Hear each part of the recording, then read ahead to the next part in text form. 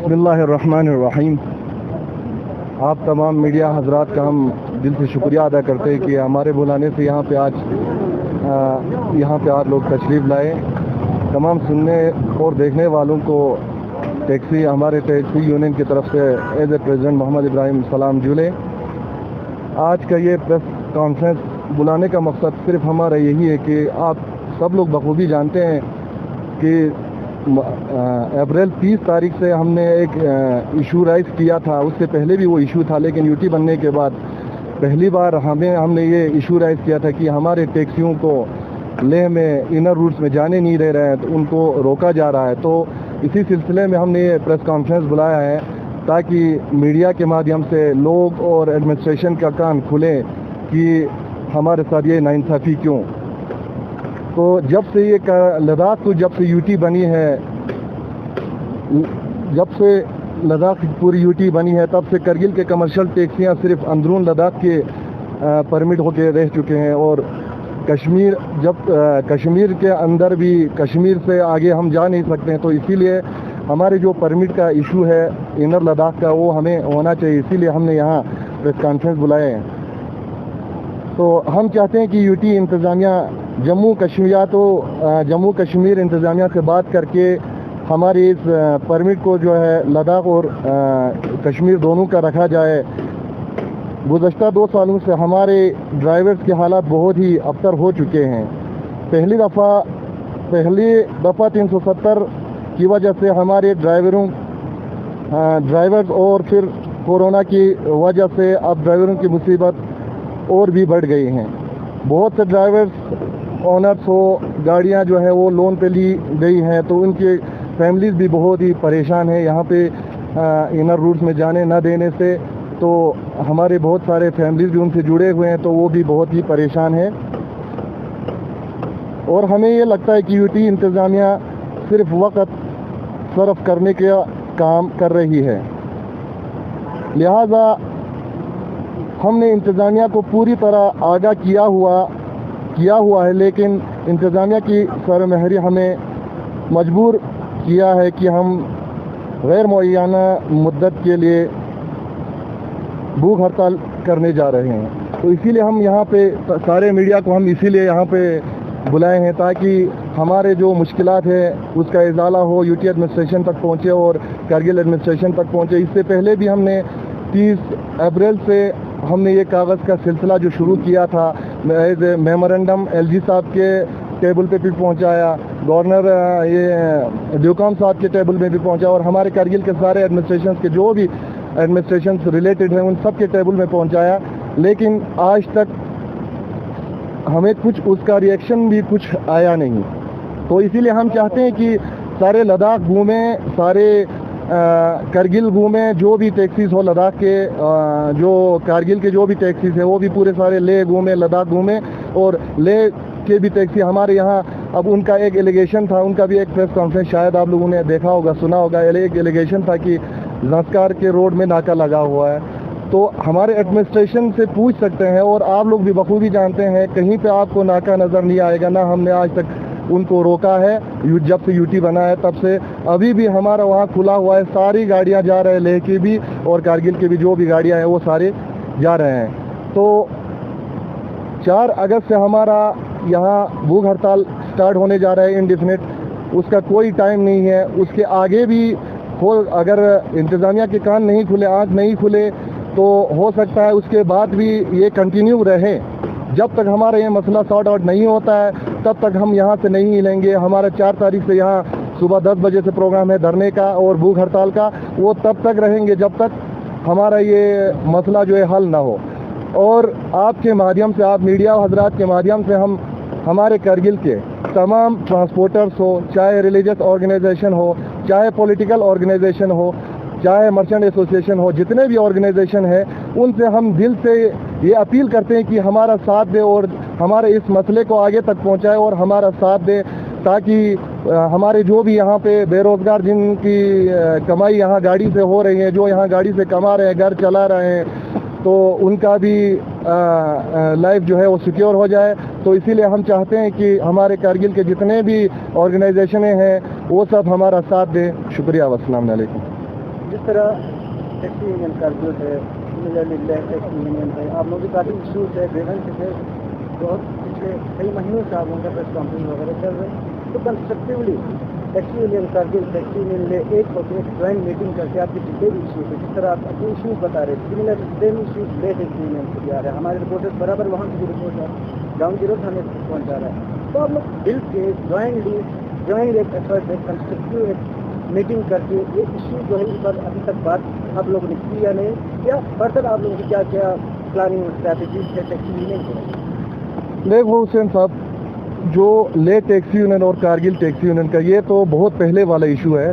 तो आप अभी आपने क्वेश्चन किया कि ले टैक्सी यूनियन के साथ बैठ के, हमारा उनके साथ कोई मुठभेड़ नहीं है, हमारा है एडमिनिस्ट्रेशन से। जब हमारे पास लद्दाख का परमिट होने के बावजूद भी वहाँ पे कोई रोक रहा है, एडमिनिस्ट्रेशन नाम का कोई वहाँ चीज़ ही नहीं है, लॉ एंड ऑर्डर नाम का कोई चीज़ ही नहीं है। जब हमारे पास परमिट होने के बाद भी हम किसी से इतना भीख भी क्यों मांगे कि हमें चलने दो, हमें यहाँ पे मत रोको। हम एडमिनिस्ट्रेशन से चाहते हैं कि हमको बिल्कुल फ्रीली वहाँ पे मूवमेंट करने दें, वहाँ पे जाने दें। तो एडमिनिस्ट्रेशन से आप लोगों ने मिला, एडमिनिस्ट्रेशन क्या बता रहे हैं अभी आपको? एडमिनिस्ट्रेशन बता रहे हैं कि विंटर में होगा, कल होगा, परसों होगा। तो ये हम नहीं चाहते, क्योंकि जो लॉ है वो पहले से ऑलरेडी हमारा मोटर एक्ट में होगा जो लॉ, उसको इम्प्लीमेंट करने के लिए इतना टाइम की क्यों ज़रूरत है? जो ऑलरेडी लॉ है, अगर यहाँ नए से कोई लॉ लाना होता तो उसके लिए टाइम ले भी लेता, हम भी समझ सकते हैं। लेकिन जो ऑलरेडी लॉ है उसको इम्प्लीमेंट करने के लिए इतना टाइम क्यों ले रहा है? तो फर्दर क्या आप लोगों की क्या आप लोग प्रोटेस्ट करना या जी? कल परसों 4 अगस्त मॉर्निंग 8 बजे से हमारा हंगर स्ट्राइक और धरना स्टार्ट होगा यहाँ टैक्सी स्टैंड में। फ़िलहाल हम जब तक एडमिनिस्ट्रेशन हमारा कुछ मसला हल करें तब तक हम यहाँ तक ही महदूद रहेंगे। अगर वहाँ से भी कुछ अगर हल नहीं निकलता है तो हम आगे जो करना पड़े हम करेंगे, हम पीछे नहीं हटेंगे। जब तक हमारा ये मसला हल नहीं होता है तो हमारा ये कंटिन्यू रहेगा, जब तक हमें बैठना पड़े तब तक हम बैठेंगे। श्रीनगर ले वगैरह जाता है नहीं, फ़िलहाल तो हमारा जो मूवमेंट है, मूवमेंट के लिए हमारा अभी फ़िलहाल कुछ नहीं है। हो सकता है नेक्स्ट स्टेप में हमको वो भी उठाना पड़े, नेक्स्ट स्टेप में हमें पूरा मार्केट भी बंद करना पड़े, वो हम आपको अपडेट देते रहेंगे। और ये सारी चीज़ें बाद में जो डिस्कस होना है वो बाद में होगा, उसके लिए हम आप लोगों को अपडेट देते रहेंगे। पब्लिक का क्वेश्चन ये है कि आप लोग जो ट्रैवलिंग फेयर होता है सर, आप लोग का बहुत महंगा रहता है। अगर कोई यहाँ से सामान भेजे कहीं से नगर जम्मू, अगर कोई सामान भेजे आपका उसका फेयर बहुत ज़्यादा होता है, इससे लोगों को बहुत प्रॉब्लम होती है। आप देखें मैम, ये सब अफवाही है। जिसके साथ ऐसा FIR हुआ है तो ऑलरेडी RTO को एक बार इन्फॉर्म किया था कि टैक्सी वालों ने रेट ज़्यादा ले रहा है, तो RTO वालों ने हमें बुला के ले गया था।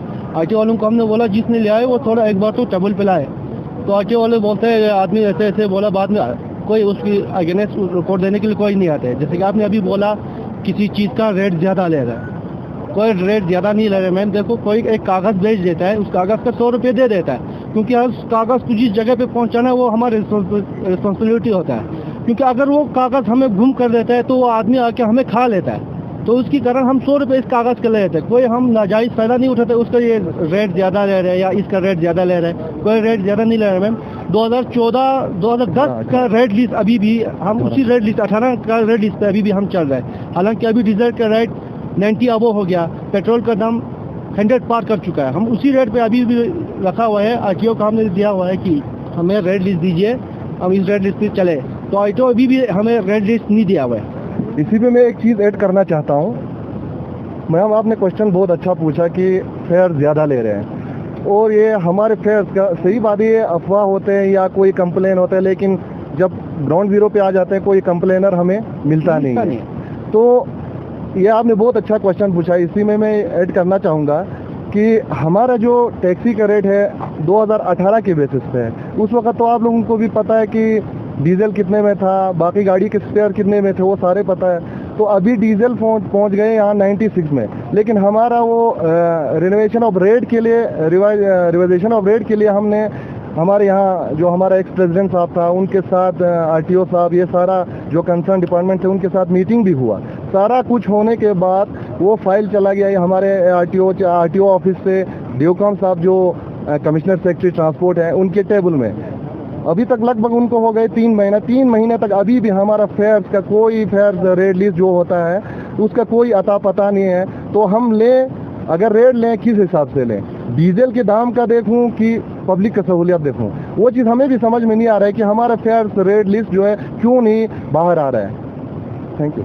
तो प्रेसिडेंट साहब आपसे ये जानना चाहूँगा, इससे पहले भी हमने आपसे पूछा था, रिपोर्ट भी लिया था कि आपने उस वक्त बोला था कि अगर एक टेबल पे आके बात करेंगे लेके प्रेसिडेंट तो हम बात करने के लिए तैयार हैं। बिल्कुल। तो उसके बाद आपसे फोनिंग कॉलिंग हुआ कि नहीं, या तो आपसे विजुअली आपसे बात हुआ कि नहीं, इसके हवाले से जानना चाहूँगा। जी मतलब ये जब पहले जो हमारा जो इशू छेड़ा था उसके बाद कुछ दिन बाद हमारे यहाँ से एक कॉन्ट्रैक्ट चलता है जो आर्मी वाले के साथ। तो हमारे यहाँ से एक गाड़ी आर्मी कॉन्ट्रैक्ट में उसका नंबर निकला था, तो वो यहाँ से चला गया एक रिटायर्ड ब्रिगेडियर कमांडर जो यहाँ गेस्ट था यहाँ कारगिल विजय दिवस का। तो उससे पहले 2 दिन पहले आ गए थे, तो वो यहाँ से चला गया ले घूमने। तो वो तो आर्मी के अंडर ही जा रहा था, उनको रोका गया वहाँ नॉर्थ नहीं खरू चेक पोस्ट में, जहाँ पे इलीगल चेक पोस्ट लगा हुआ है वहाँ पे रोका गया था। तो यहाँ से फिर मेरे साथ लेके प्रेसिडेंट साहब से भी बात हुआ, लेके सेक्रेटरी साहब से भी बात हुआ। तो वहाँ पे भी अभी चेकिंग हो रहा है। तो वहाँ पे जो लड़का रखा हुआ है चेक पोस्ट में, उनको वो सारा स्लिप जो हमारा स्लिप जाता है आर्मी वाला जो कॉन्ट्रैक्ट में जो जाता है, वो स्लिप दिखाने के बावजूद भी उस गाड़ी को वहाँ से नहीं छोड़ा गया।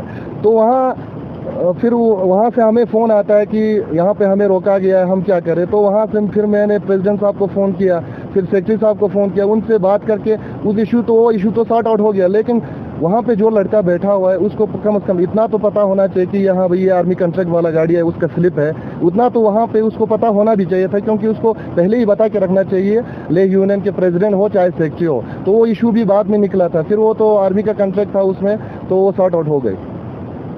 नहीं, मेरा ये कहना था कि एक ही टेबल पे जब आप बात करने की तो उस ज्वाइन होके बिल्कुल टेबल पे आके जब आप पहले जब हम इंटरव्यू कर रहे थे उस वक्त आप बोल रहे थे कि अगर आना चाहे तो हम यहाँ पे जो है हम उनको दावत देते हैं। बिल्कुल। तो उनसे बात हुआ कि नहीं इसके हवाले? उनके साथ कोई बात नहीं हुआ, उनके साथ कोई बात नहीं हुआ। इशू हमारा है, हम यहाँ से राइज कर रहे हैं। परसों में ले एलजी साहब से भी मिलने गए, एलजी साहब का भी वही है कि करेंगे बाद में, विंटर में या जो भी हो करेंगे। लेकिन हम नहीं चाहते कि ये सीज़न ख़त्म होने से पहले अभी कुछ दिनों में अगर इसका कोई सॉर्ट आउट नहीं हुआ तो हम ये धरना ख़त्म करने वाले नहीं है। हाँ, ले यूनियन का मसला है, अनऑफिशियल एग्रीमेंट पे हम तैयार नहीं है, क्योंकि इससे पहले भी अनऑफिशियल एग्रीमेंट बहुत हुए। लेकिन हमें जो भी अभी चाहिए वो ऑफिशियल चाहिए, अनऑफिशियल एग्रीमेंट से हम बिल्कुल एग्री करते नहीं। Thank you.